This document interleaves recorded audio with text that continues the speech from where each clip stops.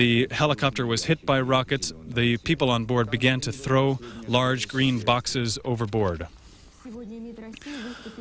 The Russian Foreign Ministry issued a statement today on the situation in Nagorno-Karabakh, saying that the Republic's obligations under the UN Charter are not being fulfilled. The conflict is located very close to the Russian southern border and therefore can affect not only the northern Caucasus but areas beyond there. Russia offered to play a liaison role in the peace negotiation process.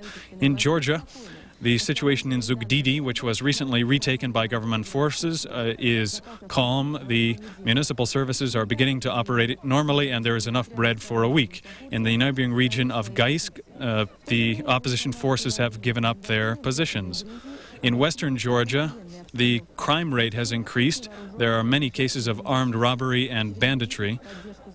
A meeting supporting President Gamsahurdia was held by the government house of the Republic today.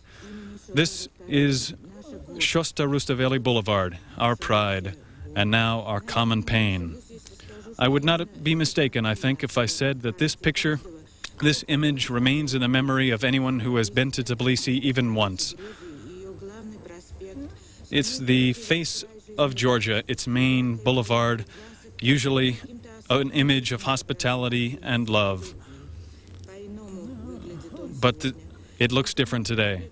This boulevard was fated to become the main location of the events which now alarm us all. On September 2nd, by the Rustaveli monument, a peaceful meeting was forcefully dispersed. After that, many large opposition meetings were held, and then the culmination came, a battle around the government building, and this is what we see today. Buildings have been destroyed and damaged in the amount of several hundred million rubles.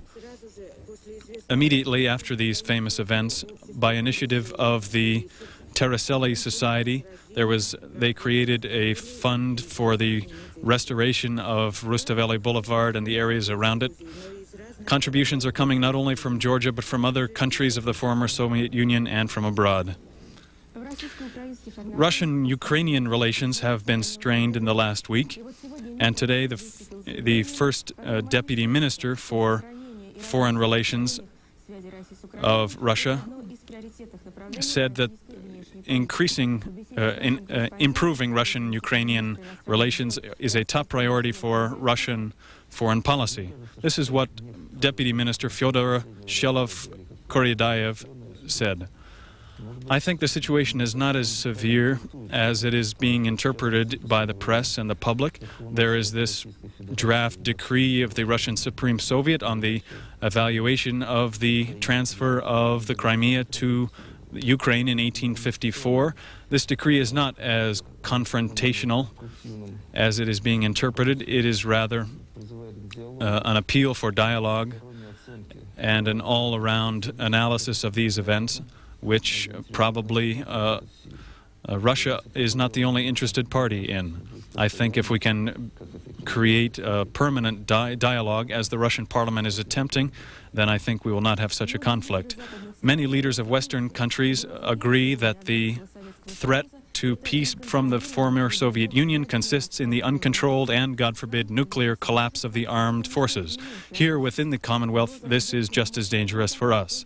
The collapse, the division of the Black Sea Fleet is only one example. Sevastopol is our national pride. It has the same place as other places like Borodino, Poltava, Kulikova Field, but no one would ever think of leasing these places to the French or the Swedes. But the Malakha fortress may soon for Russians become foreign territory. It would be terrible if our children have to study one day that Mr. Kornilov, General Kornilov and Nakhimov were defending not Russia, but some foreign state.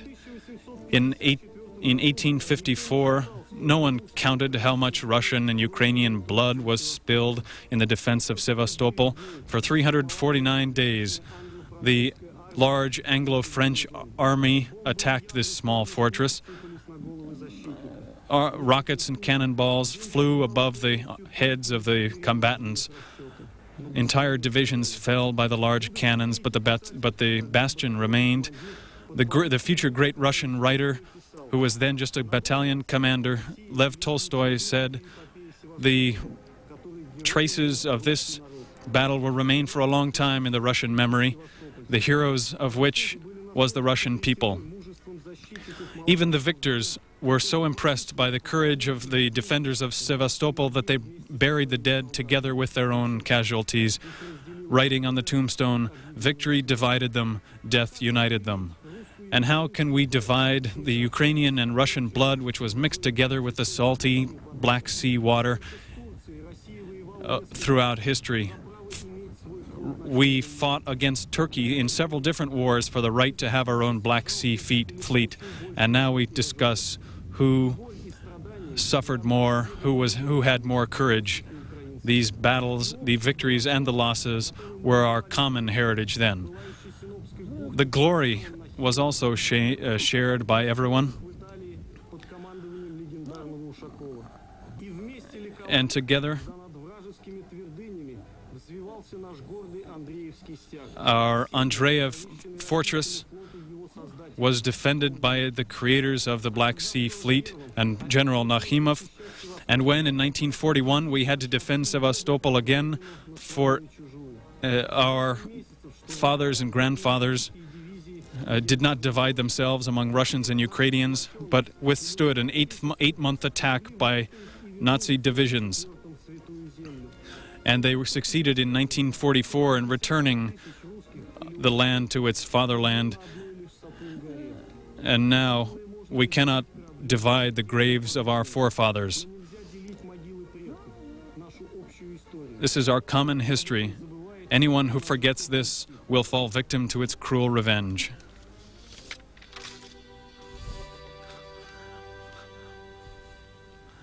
This is the news. In an interview with the American television company ABC, President Yeltsin said that the salary of Russian specialists on nuclear weapons production will be increased by 5 times. In the Ukraine, private property for land has been introduced. In Moscow, the coordinating council of the officer corps is meeting. The government of Tajikistan has expressed its alarm because of border violations from the side of Afghanistan. Last night on the Russian-Chinese border near Blagoveshchensk, 2 Chinese violators were detained, according to Post Factum news agency. They report that they intended to settle in Russia. Today in Estonia, the new Prime Minister's name was announced. At the end of last week, the chairman of the Supreme Soviet of Estonia, Arnold Rutte, announced the candidate for new Prime Minister, the former Transportation Minister, Tit Vehi. Today, his candidacy was approved by the Supreme Soviet. Tit Vehi is a famous transportation specialist. He's a former director of an automobile factory, so this means he's a serious businessman. He has always tried to avoid serious political activity, but as a result of which he has many fewer political enemies than his predecessor, Edgar Savisaar. The new ministers of the government have also been nominated, but it seems that the new government will unfortunately be able to work only for a few months because various political forces are now demanding new elections and a new parliament already in spring of this year. The next story comes from Prague, where there was a meeting on the ministerial level of the Council on Security and Cooperation in Europe. 10 more of these former Soviet republics, in addition to the Baltics, which were accepted last year, have accepted the Helsinki treaties. Only Georgia has not yet forwarded a request. The old and new participants in the meeting were greeted today by Czech President Václav Havel. There will be another Helsinki II meeting on the summit level this summer. So the diplomats in Prague have new work to do, how to work together with their new members. Another issue arises because the new members from the CIS include former Soviet republics beyond the Ural Mountains. Maybe it will have to be called the Eurasian Council now, or together with Canada, the Eurasian and Atlantic Council on Cooperation. Andrei Kozyrev, Russian foreign minister, evaluated the session after a meeting with President Havel. I think that we are now willing to overcome the difficulties in bilateral relations, and I think that the former socialist camp will not become Russia's enemies, but will be good neighbors and friends, because we have to live together for a long time to come. The UN Security Council, without voting, recommended to the General Assembly to accept for membership in that organization Armenia, Kyrgyzstan, Tajikistan, and Uzbekistan. They were congratulated by Security Council President David Haney. UN peacekeeping forces will not be sent to Yugoslavia, according to Deputy Secretary General Goulding.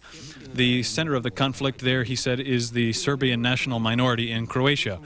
The North Sea is becoming difficult.